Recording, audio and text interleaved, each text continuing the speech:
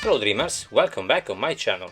Weekly raid to show you the latest 2.1 update news. There are two major new features, namely the new mini flipbook and the ability to change the opacity of the backstage. But before showing us, always invite you to subscribe to the channel, put a like, hype from your smartphone and comment. Thank you so much.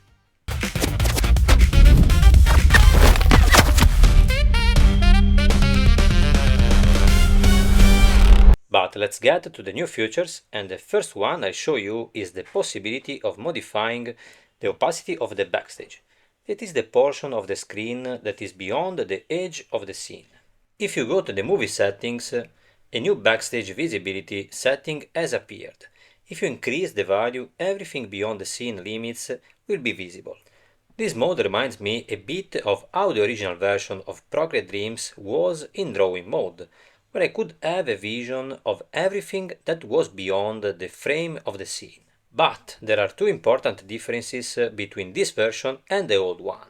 This is version 1 of Procreate Dreams, where with the Infinity Canvas I had the possibility to see beyond the limits of the screen, but I had this possibility exclusively in drawing mode. In practice I could only draw with the possibility of rendering the scene, also together with the backstage.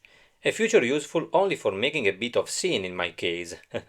For example, because as you know, I work a lot with animations in Rig, where I happen to move many objects and sometimes in version 2 of Dreams you could no longer see where some things ended. But finally, with the possibility of seeing beyond the scene, this problem no longer exists. And I carry this element around finally, seeing it outside of the scene. And this will be really useful for my work in the future. So the differences that make the ability to see the backstage more useful compared to the old version, that now I can do it in all compose, perform and keyframe modes.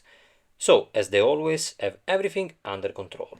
And even if we don't have the Infinity Canvas, we can still move the elements outside the scene without losing their visibility.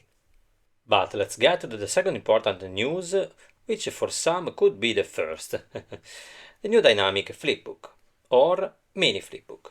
As you can see, I just press on it to transform it and move it around the scene. Apart from this possibility, which is really useful to be able to draw with more freedom, now we can also, by holding down the two arrows, go from the first to the last frame, and vice versa. We can then press in the center of the flipbook to select the frame where we are, so that we press stop again will return to that specific frame.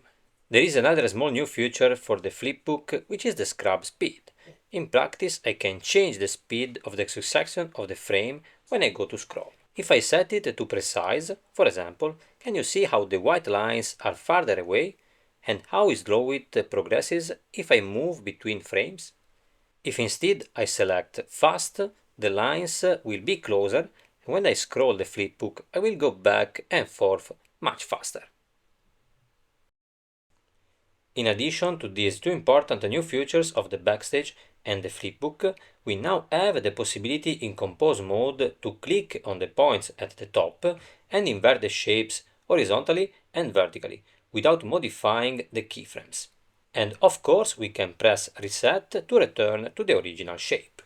Another new feature, now we can see all the trend curves directly on the timeline, and this is really useful because we no longer have to select a trend curve to understand what we have set. Finally, they are before our eyes. This even if I go to expand the coordinates, as you can see there are all the trend curves with their name.